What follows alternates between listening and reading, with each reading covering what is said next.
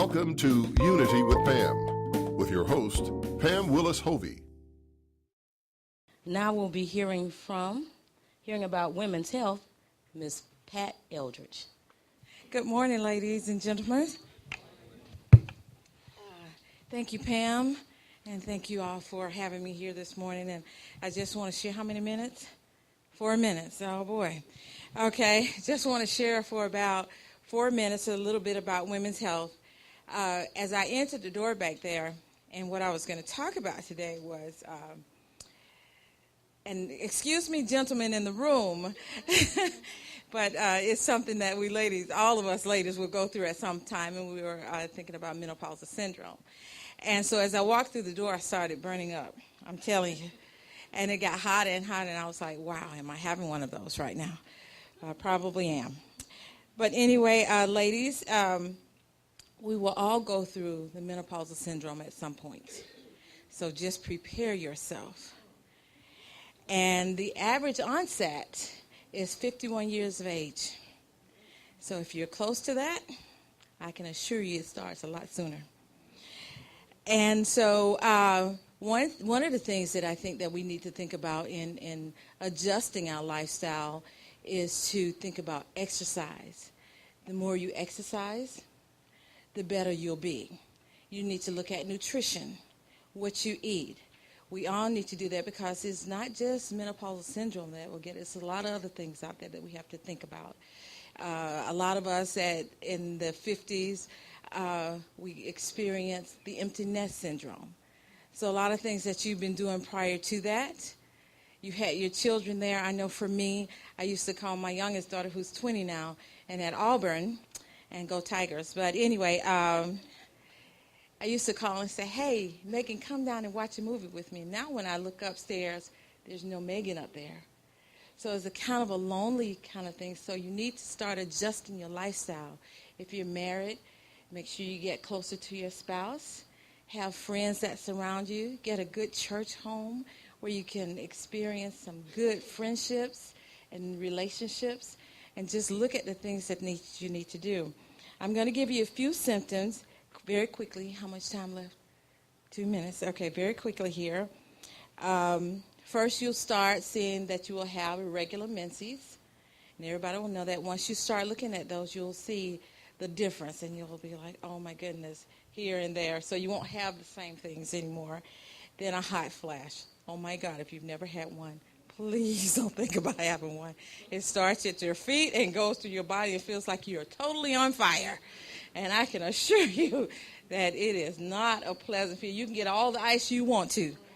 But until it's done, you're going to still be hot. You could probably melt that ice. So that's one of the other things. And so, and that starts pretty soon. Sometimes it starts in your 30s. So if you think about that and you feel one, you'll say, oh, boy. That's not what I want to do. Am I done? 1 minute? Osteoporosis. That's one of the other things that you have to look out for. So, again, exercise, nutrition. Make sure you have your health checks every year. We don't say everybody has to have a PAP every year because if you have 3 PAPs in a row, they're normal. You can wait 3 years before you have another one. But you must visit your gynecologist for your annual visit. And that includes breast check and other things because we have a whole lot. And we want to do our monthly breast checks, make sure we're looking for nodules. And if we have our mammograms, make sure we do all those things. And so have your lab work done and just have a good time as you age because it gets better. It gets better. So thank you so much for having me here today. I appreciate your attention. Thank you.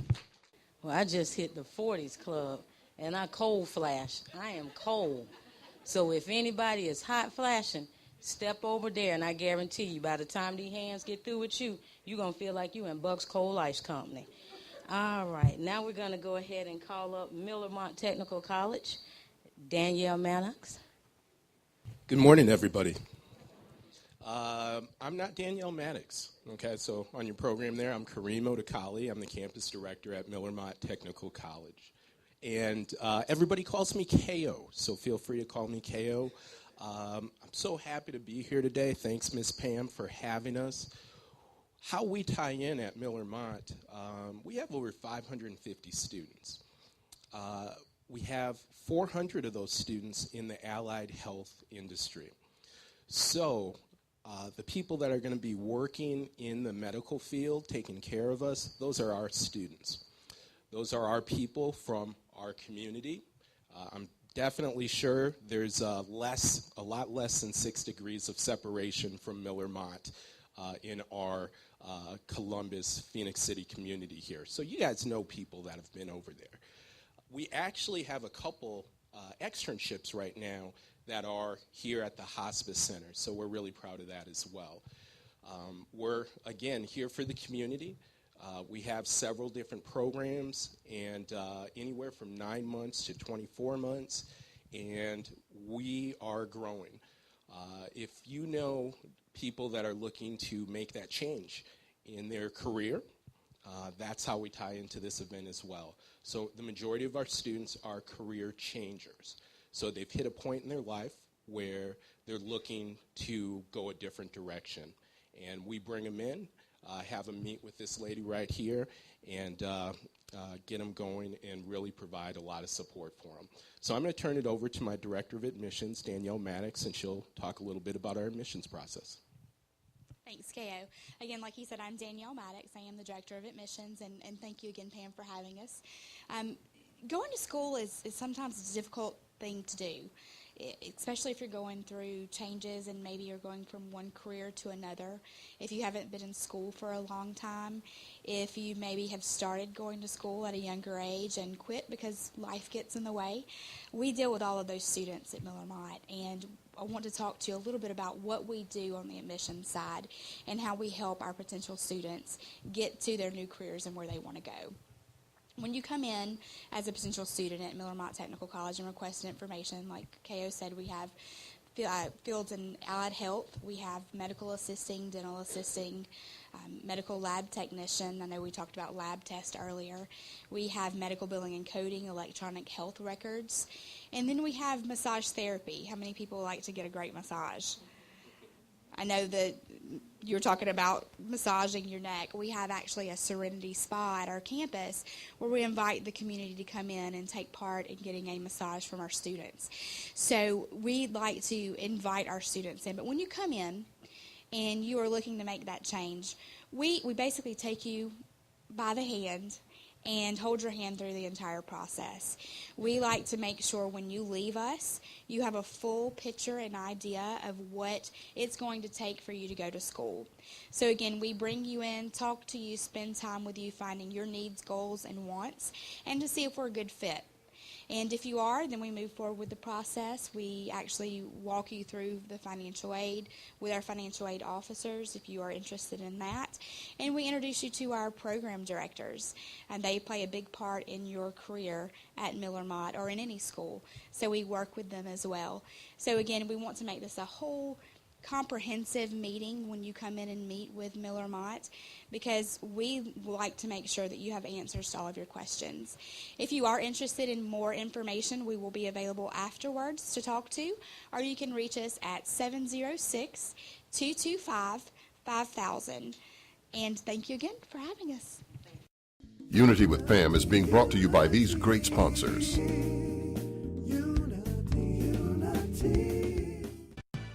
Come into Chester's Barbecue for our world-famous mouth-watering ribs, smoked fresh on our grill daily. Or try one of our barbecue pork plates with fresh sides. Chester's has delicious sandwich combos to choose from that are sure to please. We also serve tempting home-cooked favorites. And don't forget to take home your own bottle of great sauce. Chester's Barbecue, serving the best food at the best price, with 3 locations to serve you. For over 25 years, the Bug Patrol at All Star Pest Control has protected thousands of families' homes from pests and rodents. Although most treatments have no odor and are environmentally friendly, our high-technology products and methods get absolute results. And we guarantee it. All-Star Pest Control, over 25 years of guaranteed protection. Are you looking for medical personnel? Global Diagnostic Services Incorporated specializes in the placement of medical professionals. We place qualified temporary temp to perm or permanent candidates who are eager to become a part of your team. We are conveniently located in Conyers, Georgia. For more information, log on to www.globaldiagnostic.net. Medical professionals, do you have the desire to relocate? We also staff in other states. So give us a call. Global Diagnostic Services, managing the business of medicine. Is it possible to have a love-love relationship with your cable company? What if they were a different kind of cable company, starting with not asking you to sign a contract? What if they actually listened to what you need, instead of trying to sell you something you don't? And let's say they backed up their service with a money-back guarantee. Just to be crazy, let's say this cable company was made up of happy people who treated you like an actual human being. We're WOW, and we'd like to change the way you feel about cable companies.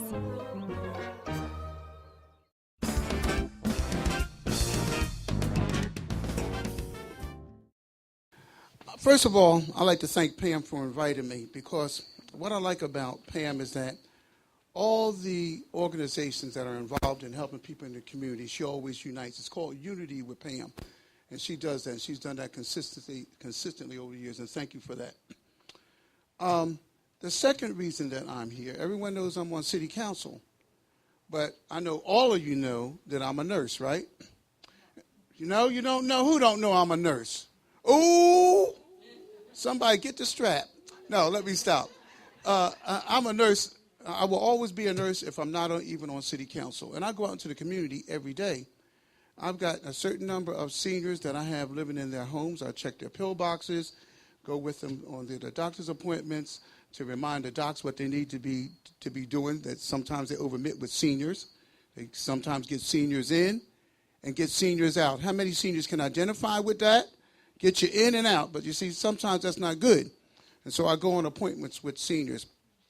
But let me tell you something else that I noticed going out in the community, doing assessments when people call me. There are a lot of individuals in the community who are taking care of loved ones, who are the primary providers for loved ones. And what I see a lot of times, especially with a lot of the loved ones that may not get well, that have conditions which are terminal or classified as terminal. Emphysema is one, by the way. And where the caregivers are taking care of them. And when I go to visit the homes, I notice a lot of times that their health is breaking down.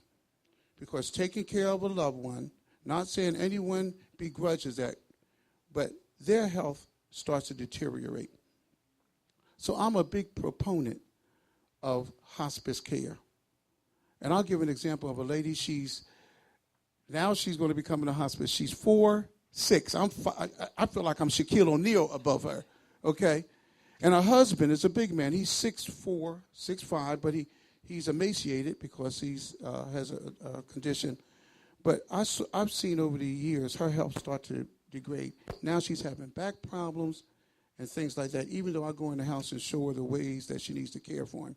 Where actually, if she allowed hospice to be involved, hospice care is not a place.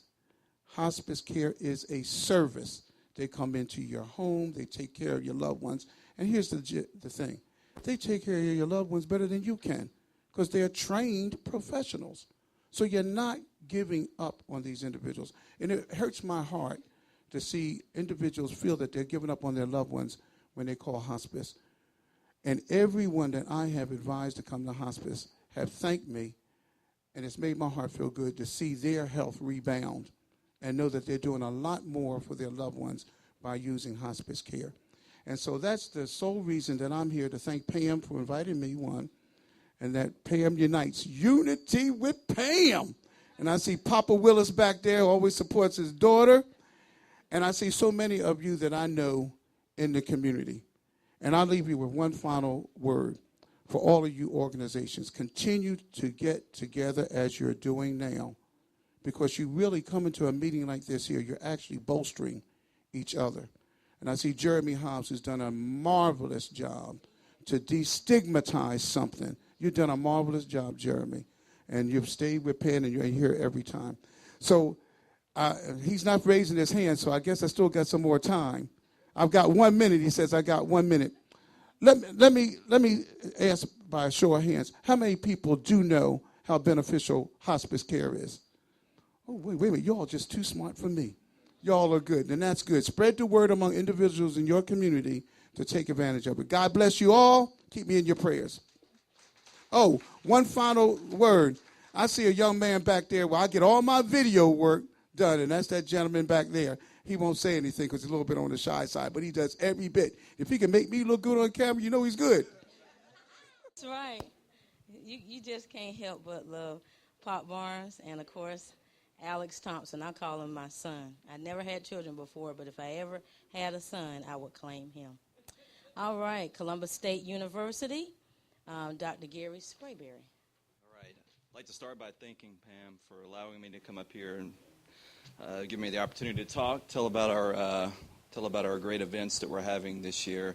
It's great to be here at Columbus Hospice. I have a personal connection. My wife, Kristen, is a social worker here at Columbus Hospice, so I know how important this place is to the community. And it's great to be here with you today. My name is Gary Sprayberry. I'm the chair of the History and Geography Department at Columbus State University. And I wanted to tell you about some events we have this year. We're doing a year-long commemoration of the Civil Rights Movement at Columbus State. And our department is partnering with the Carson McCullers Center for Writers and Musicians. And what we're doing is we have a number of events. We're bringing in activists and scholars to come give talks, give lectures to our students and members of the community. We have a film series. We've taken field trips. We went to Tuskegee University and the Tuskegee Airfield a couple of months ago. And also, too, we've had the Traveling Freedom Riders exhibit, which has been at the Schwab Memorial Library throughout October and November. And so we've had a number of events. And the reason we did this is because, well, we had the recent 50th anniversary of the March on Washington.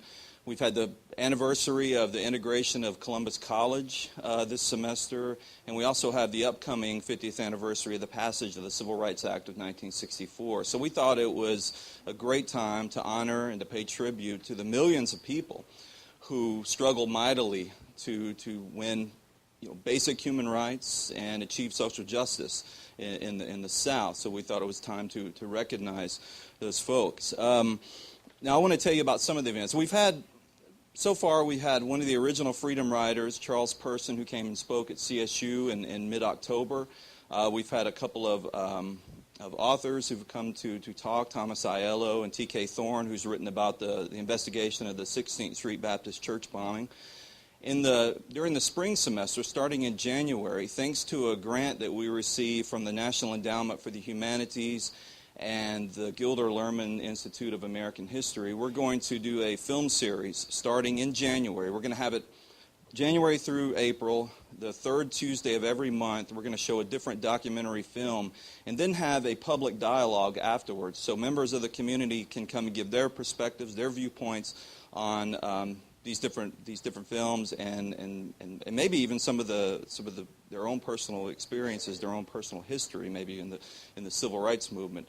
The film series is called Created Equal: America's Struggle for Civil Rights. The first documentary screening will be at the Liberty Theater downtown, and it will be on Tuesday, January 21st at 7 p.m. And the name of the documentary is The Abolitionist.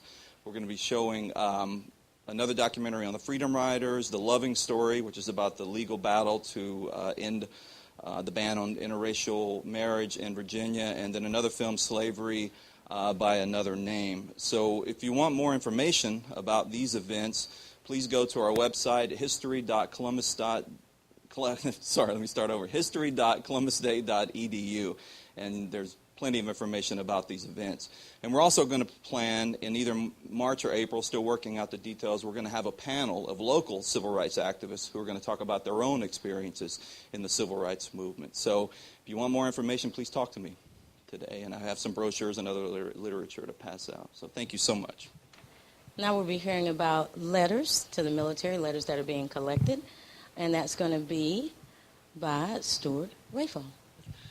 Thank you, Pam, for having us here today. My name is Stuart Rayfield, and I work with the Servant Leadership Program at Columbus State University, and I have two of my outstanding master's students who are working on their Master of Science in Organizational Leadership in the Servant Leadership track with me, whom I will introduce to you in a moment. But we're here today to talk about the Columbus Military Service Walk.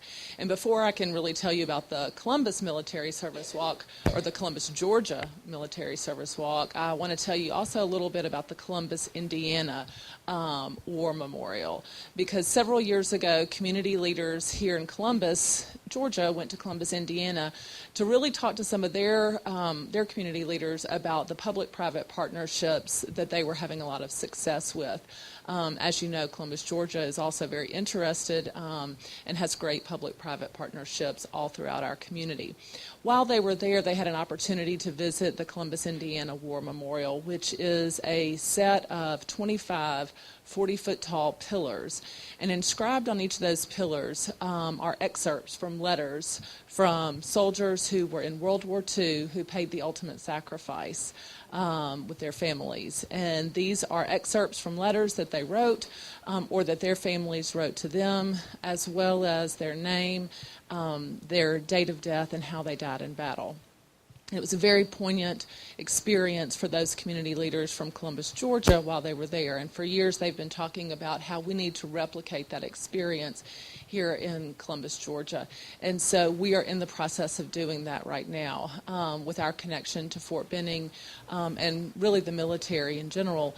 We feel like Columbus, Georgia needs a place to honor the service and sacrifice of our military.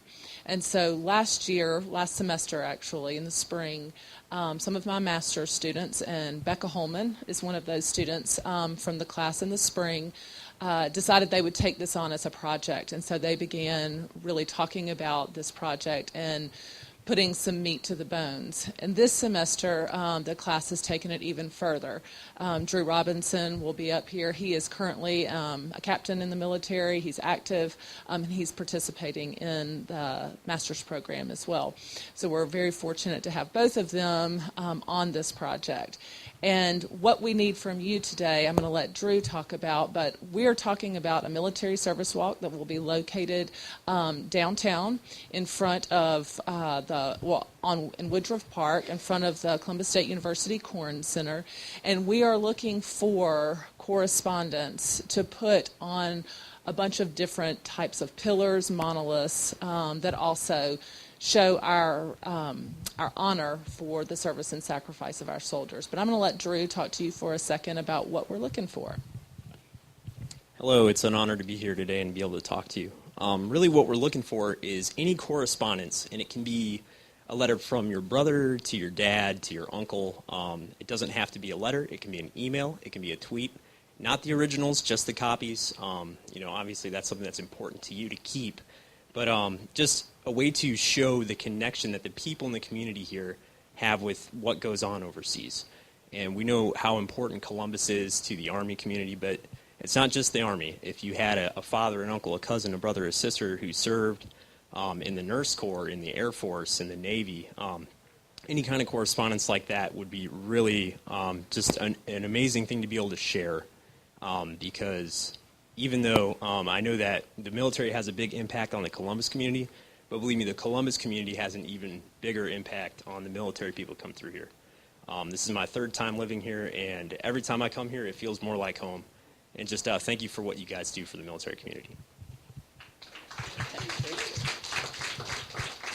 If you're interested in submitting any correspondence, we are partnering with Columbus Bank and Trust to accept correspondence, and you can scan and copy and email your correspondence to militaryservicewalk@columbusbankandtrust.com.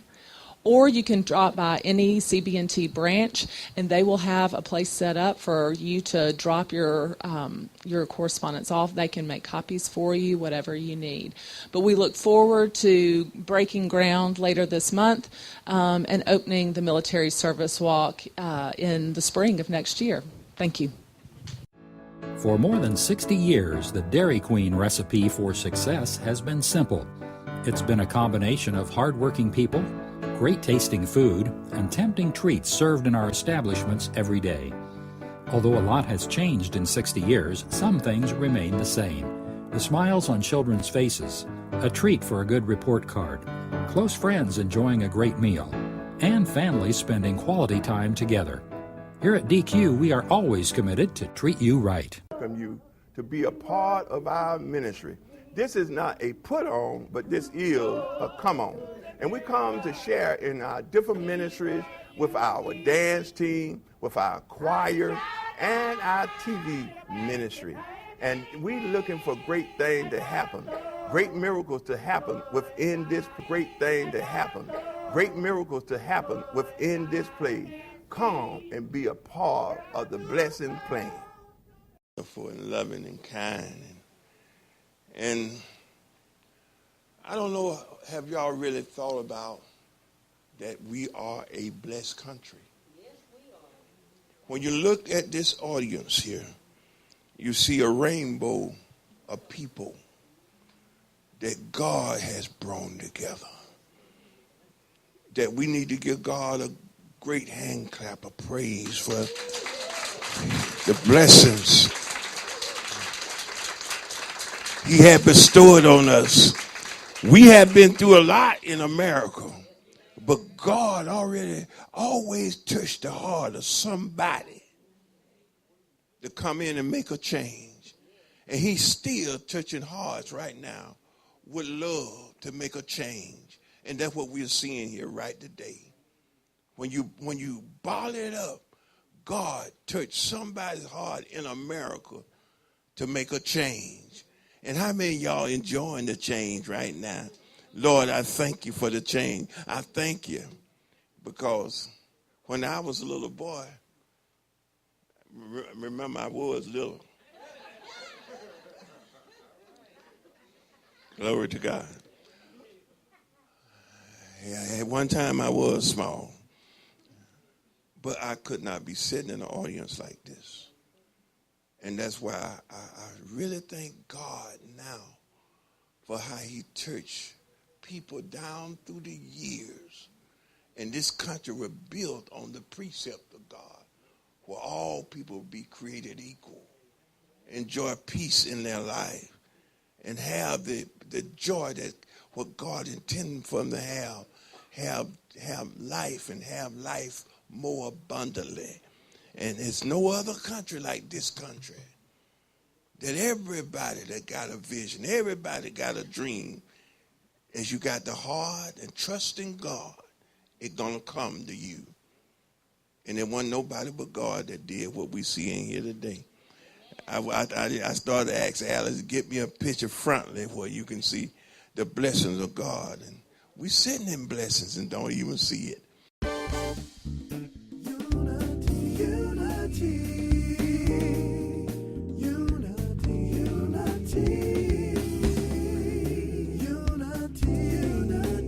Thank you for watching Unity with Pam. If you would like to be a sponsor, please contact us or visit unitywithpam.org.